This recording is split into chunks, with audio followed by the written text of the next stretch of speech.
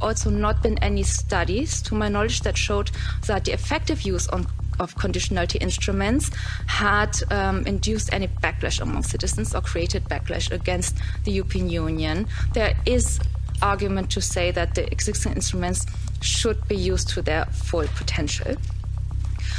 The topic is actually about the effectiveness of the rule of law, conditionality regulation, and I have to say that it has been very effective being a Hungarian, because approximately 21 billion euros have been suspended, and more than 1 billion is already lost by the Hungarians themselves.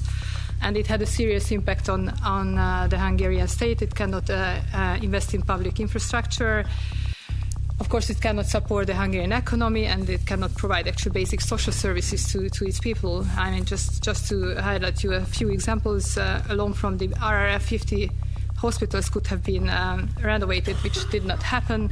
And if you look at the Hungarian railway lines, it's a kind of a tragedy. I mean, on some lines, actually, the speed is now lower than 170 years before.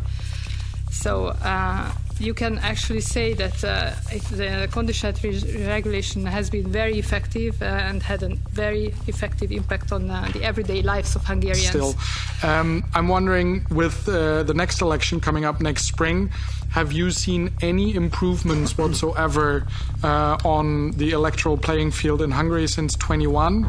And if not, do you think a fair and free election is possible in Hungary in 2026?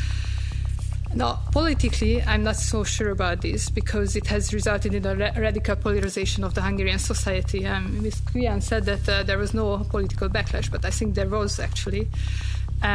Because on one side, Fidesz and the Hungarian government is actually misusing this situation for political domestic purposes, claiming that the withholding of funds is based on double standards and not politically motivated.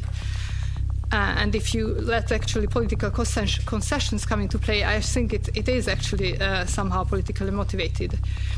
And it lets actually the Hungarian government position itself as a defender against Brussels leaders who are regularly portrayed as Hungarophobic.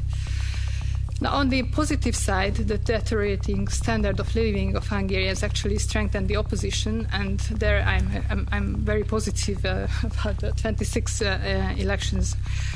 But I would like to ask a question to the experts, like, how can you reconcile the financial interests of the EU with the political interests of the EU in preserving Hungary's integration within the EU, and what active steps the EU should do to counter disinformation narratives about the conditionality regulation? Thank you.